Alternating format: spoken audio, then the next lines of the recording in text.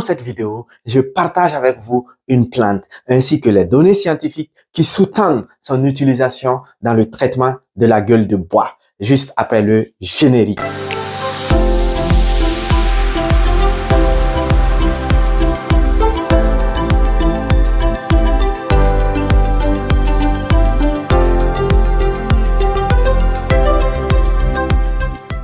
Disclaimer, l'alcool est un problème majeur de santé publique.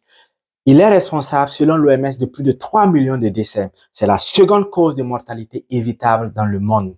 Elle est impliquée dans de nombreuses maladies cardiovasculaires ainsi que dans des cancers. Il faut donc la consommer avec beaucoup de modération. Mais comme je sais que c'est bientôt les fêtes de fin d'année et que vous allez probablement en consommer, je partage avec vous cette plante qui vous aidera à prévenir et à traiter la gueule de bois. Je vais d'abord définir la gueule de bois. Ensuite, je vous expliquerai ce qui se passe dans votre organisme pour que vous développiez la gueule de bois. Puis, je partagerai avec vous les manifestations cliniques de la gueule de bois ainsi que le traitement conventionnel à ce jour. Et seulement après ceci, je partagerai avec vous la plante que vous pouvez utiliser pour traiter la gueule de bois. Spoiler, cette plante est disponible partout en Afrique subsaharienne et même chez vous. La gueule de bois, encore appelée veisalgie, est l'ensemble des manifestations inconfortables que vous expérimentez le lendemain d'une cuite après une intoxication alcoolique aiguë. La gueule de bois va débuter en général 6 à 8 heures après la consommation d'une quantité importante d'alcool. Lorsque vous consommez de l'alcool, votre organisme, en l'occurrence le foie, va métaboliser l'alcool en métabolites qui sont faciles à assimiler et à éliminer de l'organisme. Et un des métabolites intermédiaires de l'alcool est l'acétaldéhyde. L'acétaldéhyde est un poison. Sans entrer dans les détails, il faut savoir que l'acétaldéhyde est le principal incriminé dans la gueule de bois. Les effets de l'acétaldéhyde sur le cerveau, mais également sur le foie, vont expliquer les manifestations cliniques de la gueule de bois. La gueule de bois est principalement due à la déshydratation qui est marquée au niveau du cerveau et qui va donc expliquer les céphalées que vous allez expérimenter. L'acétaldéhyde va également entraîner les nausées et les vomissements. La gueule de bois est également due à des phénomènes inflammatoires et à un stress oxydatif au niveau du cerveau. À ce jour, il n'y a pas de traitement spécifique de la gueule de bois qui fasse unanimité dans la communauté scientifique et médicale. Ce que vous pouvez donc faire, c'est de traiter les différents symptômes. Nous allons traiter la déshydratation en buvant beaucoup d'eau. Ma recommandation personnelle est de boire au moins 2 verres d'eau avant de se mettre au lit et après avoir consommé l'alcool et de boire 2 à 3 verres d'eau au réveil. Il est connu que l'alcool entraîne une hypoglycémie. Nous allons donc consommer des sucres pour rehausser la glycémie. Pour cela, il est recommandé de boire des jus de fruits. Donc, il faut privilégier les fruits qui ne sont pas acides. Je conseille notamment de prendre, par exemple, du jus de mangue ou alors de consommer une pastèque. Il faut éviter les fruits acides parce que l'alcool entraîne une irritation de l'estomac et l'acidité va donc exagérer cette irritation.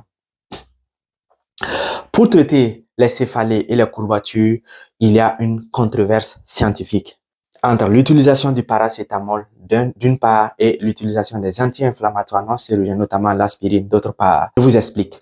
Le paracétamol est hépatotoxique et comme dans la gueule de bois, vous avez imposé une surcharge de travail à votre foie, le paracétamol va encore accroître cette surcharge de travail. D'autre part, il est connu que les anti-inflammatoires non stéroïdiens peuvent entraîner un pic résiduel de l'alcoolémie et donc étaler votre gueule de bois.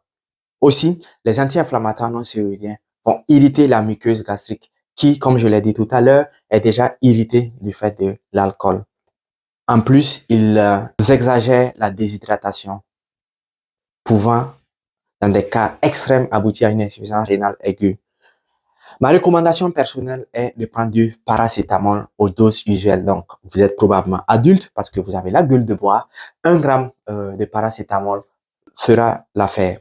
Il est temps pour moi de partager avec vous cette plante que vous pouvez utiliser pour traiter la gueule de bois. Son nom scientifique est Psizygium aromaticum. Il s'agit donc du clou de girofle.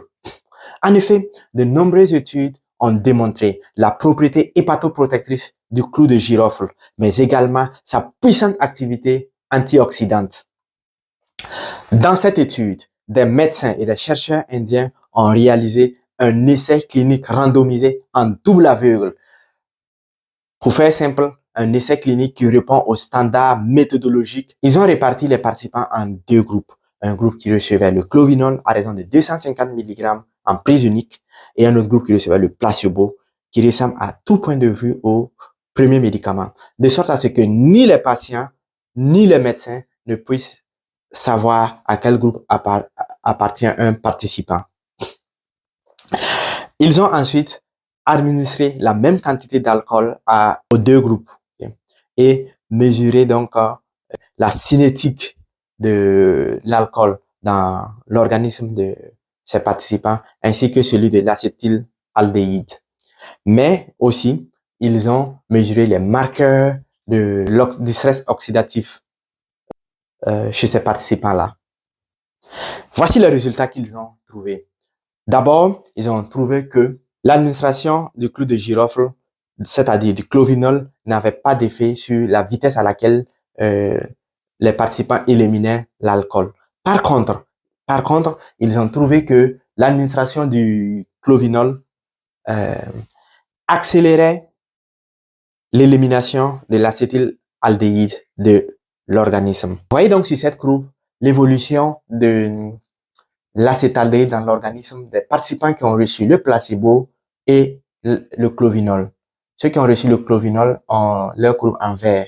On voit donc que le clovinol accélère l'élimination de l'acétaldéhyde chez ces participants-là. Les chercheurs ont également mesuré la gueule de bois, car il existe un score qui permet de mesurer la gueule de bois. Et voici les résultats qu'ils ont trouvés. Chez les participants qui recevaient donc le clovinol, la gueule de bois était moins marquée. La gueule de bois était réduite de plus de 55% chez ces participants-là. Ces chercheurs ont également comparé les marqueurs du stress oxydatif dans les deux groupes. Ils ont trouvé que chez les participants qui prenaient le clovinol, le stress oxydatif était moins marqué et tous les marqueurs du stress oxydatif étaient plus bas chez ces participants-là. Il a donc été démontré que le clovinol, un polyphénol extrait du clou de girofle, avait la capacité de prévenir la gueule de bois. Mes recommandations personnelles sont les suivantes. Après avoir consommé une quantité importante d'alcool, vous pouvez croquer environ 6 clous de girofle ou 1 à 2 pincées de poudre de girofle pour obtenir les 250 mg de clovinol. Et répétez l'opération à votre réveil. Merci pour votre attention. Merci d'avoir suivi cette vidéo. Je vous prie de la partager avec ceux que ça pourrait aider dans ces périodes festives. N'oubliez pas de partager dans les commentaires avec nous le résultat de votre expérience personnelle.